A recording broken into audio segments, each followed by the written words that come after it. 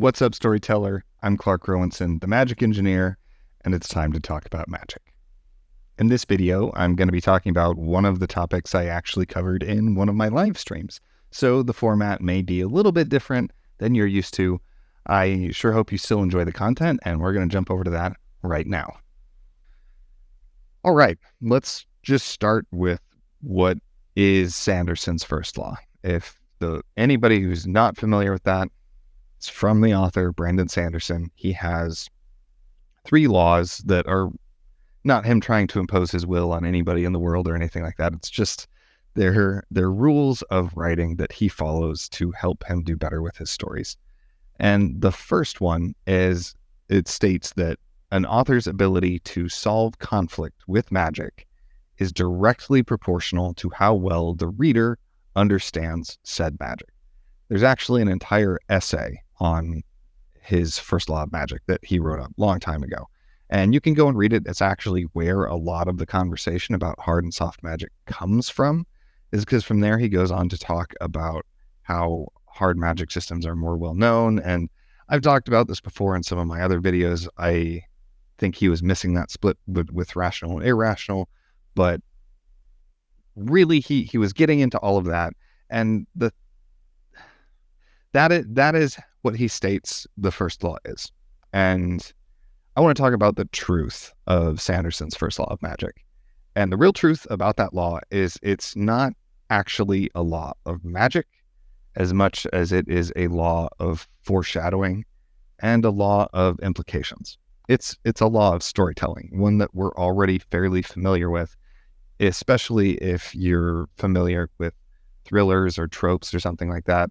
TV tropes, there's Chekhov's gun, which is the whole thing of if a gun is hanging on the wall in Act 1, it absolutely must be fired by I think in Act 3 is how they stated the 3-act structure. It's more or less saying if you're going to have a thing come to bear at the end, you need to display it early. And if you spend a lot of time displaying something early, then you want it to come to be valid and useful by the end. And I completely forgot to go ahead and be dropping questions in there as you guys want, and we'll save those for the Q&A, and I will be answering them, some of them as we go. So yeah, it's not about magic. It's about foreshadowing. So if you are going to have the magic solve a problem, then you need to show that solution before you use it as a solution. And that's some storytelling 101 stuff. And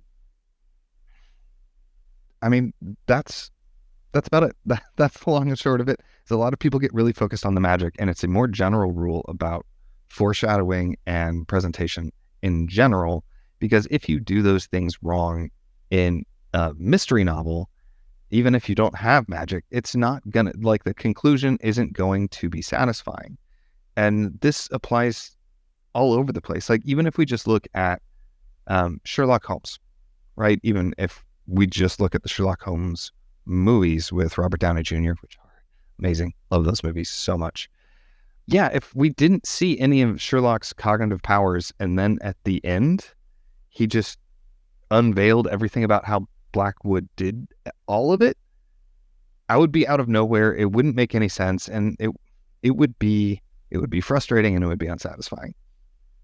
Now, so that's the basics of the main shift that when people are talking about the first law of magic, when I've seen them talking about the first law of magic, I think that's what gets overlooked a lot, is it's a law about foreshadowing, not a law about magic per se.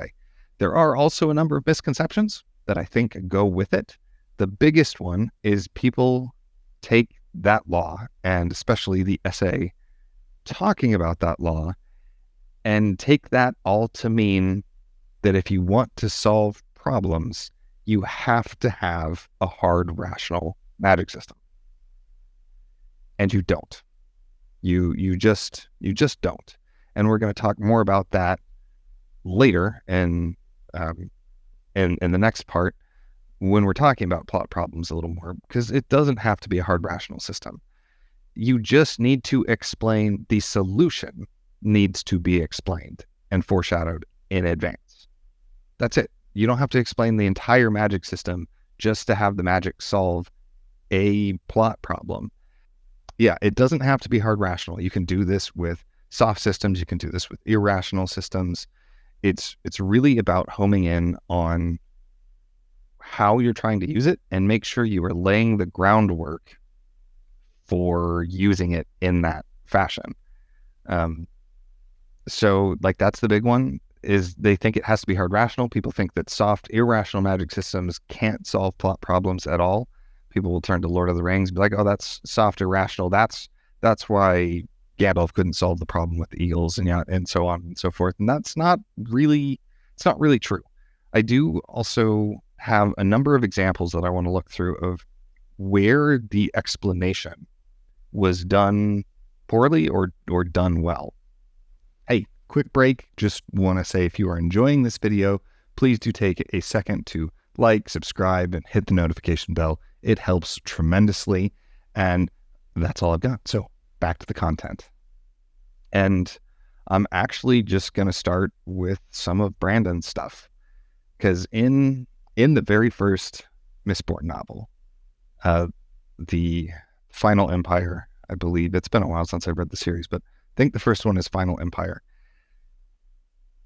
He, my opinion, actually, I think he fumbled that a little bit on there, because he tried to have the magic be a solution. So in the books, if you haven't read them, in the first one, spoilers, whatever, it's been out, it's been a bestseller for a long time. If you haven't read it, go read it. Disclaimer, there's some spoilers here. They're trying to deal with the God Emperor. They're trying to depose him and let's be honest, kill him and end his rule, except he's immortal, incredibly powerful, and they don't know how to deal with that. So then through the entire book, they're dealing with this rumored 11th metal that they think is going to be the weakness to the Lord Ruler and help them overcome it. And what ends up happening is that it doesn't work right away. It doesn't really do anything. It does give Vin a tiny piece of information that she needs to figure out who the Lord Ruler really is, which then leads her to a logical conclusion of what she might do to try and defeat him. All of that is great. All of that was laid down over the course of the story so that when we get there, that solution makes sense. So it's the guy was actually a ferrochemist and an allomancer, bit of both. So, and that was from the logic of like, oh, this isn't who we thought it was. This is a person and his people were ferrochemists. Therefore, he has metal minds and I need to strip him of his metal minds if I'm going to defeat him. She does. Vin manages to strip away the metal minds, and then there's just a rapid deterioration of the Lord Ruler. And I was very confused when I first read it, because you can store health inside gold so that you can regenerate and heal yourself as a ferrochemist. So I thought that it was going to be, he can't heal himself anymore. So if she manages to deal enough damage, he will stay down. But that's not what happened. He just like rapidly started aging and deteriorating right before her eyes. And I didn't think that was explained well enough. I didn't think it made sense why the metal minds needed to be pulled away, but then they were just like, that act was randomly super effective. So it solved the problem in a way that wasn't as great for me. Everything else, everything else worked really well. I love that story. That was one thing that kind of confused me, and he gets more into it in the second and third books, as we learn more about ferrochemy and allomancy and compounding. So things like that. But one place that Brandon really pulled it off phenomenally well is both in Warbreaker and Emperor's Soul. Those are two novellas. They're fantastic. Now, I think part of this is because they're just novellas. There isn't as much going on, and they're not being built into series, so there aren't any lead-ins to the next series or whatever. So they're really good examples of a very concise solution using the magic. Whereas others, there's more than one problem going on. This feeds into that. There's other stuff moving forward. But those, he does a great job laying the foundation for the solution well in advance so that we know enough of how it works so when it comes into play, it all makes sense. Now, some places that don't do that as well, old school Star Trek is a big one, where they will run into a problem and then somebody will just randomly have an ability that we've never seen or heard about ever before, and it just kind of solves the problem so the episode can end. In a more recent example, my wife and I were watching School Spirits on Netflix, and it was a really good drama. We really, really liked it until like the last 15 minutes of the last episode, where their answer to a question they have been asking over the entire season. So short version, Maddie, a character, has gone missing, and her ghost is now in the school. So we think she's dead. She's there with the other ghosts. There's some weird things, and they're trying to figure out who killed Maddie. Maddie is trying to figure out who killed Maddie. And it's very interesting. It's very cool. And then at the end, there's just this random twist that not only did they not lay the foundation for, it kind of flies in the face in some of the things that they were saying and relies heavily on some assumptions that we normally have about ghosts. But they spent the entire season talking about how our assumptions about ghosts don't work the way we think we do. So that one was super frustrating and very disappointing and not satisfying at all. And there you can argue that the magic wasn't being used as a solution for the problem. It was being used to create additional problems. And that is true. And it's fine. That's usually okay. It's usually okay to use magic to create problems without explaining the magic, without the readers understanding the magic. The problem there is they used it as a twist and as a gotcha and a kind of answer. They used it as an answer to the question without giving us any of the knowledge of that. Like there were like one or two tiny things that they built up in the last 2 episodes. And so if you have Netflix, you can watch School Spirits. It was very good until just like the very end. But let's go to one that you guys are more likely to know, and that's It by Stephen King. Especially if you have seen the old mini series that had Tim Curry as Pennywise. I find this with a lot of Stephen King stuff is the solution at the end just kind of appears and then happens because it works. It was especially prevalent in It, and it was very frustrating to me because at the end they defeat the creature with silver because they think silver will work. That's basically it. They've done a bunch of other stuff. It hasn't worked. And then they're like, we just have to believe hard enough. And they believe and it works. And it's very unsatisfying. So that's one where it didn't work as well. There are places where, and you might argue that a lot of these are softer magic systems in the examples I'm giving where it doesn't work. That's not always the case, though, because really what led me down the process of thinking about plot problems to begin with was a couple of experiences I had, a couple of books that I read. I read Uprooted by Naomi Novik, and I read The Black Company by Glenn Cook.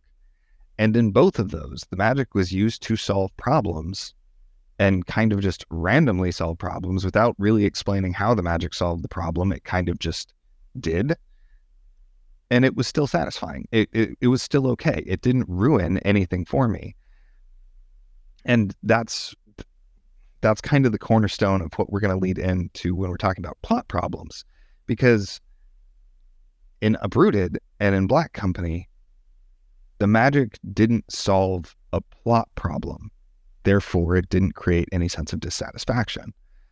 And the problem with School Spirits is they tried to use a twist or a quirk in the magic system to answer a big plot problem and question.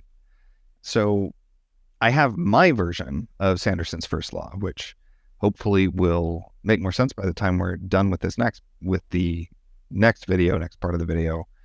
And the way I think about it is pretty much all the same, just with one minor change. An author's ability to satisfactorily solve plot problems with magic is directly proportional to how well the reader understands said magic. So that's kind of the summary there. And that's all of the stuff I wanted to talk about with Sanderson's First Law. And I think the real truth about the law and what it's really getting at, what I really think Sanderson's First Law is getting at. And that's it for this video. I hope it was helpful. I hope it was interesting. As always, you can leave questions in the comments below. I'm also going to leave some links in the description. So if you have some questions you want me to address in any of my live Q&As, or you have topics that you would like me to cover in these kind of live conversations, you can click those links, fill out the forms, and I will potentially cover your topic in one of these future live stream / video recordings. So thank you so much for being here, and thank you everybody for being so supportive in this kind of shift in format from what I was doing and what I would honestly prefer to do. So thank you again, and whatever you do, make sure that you keep writing and stay awesome.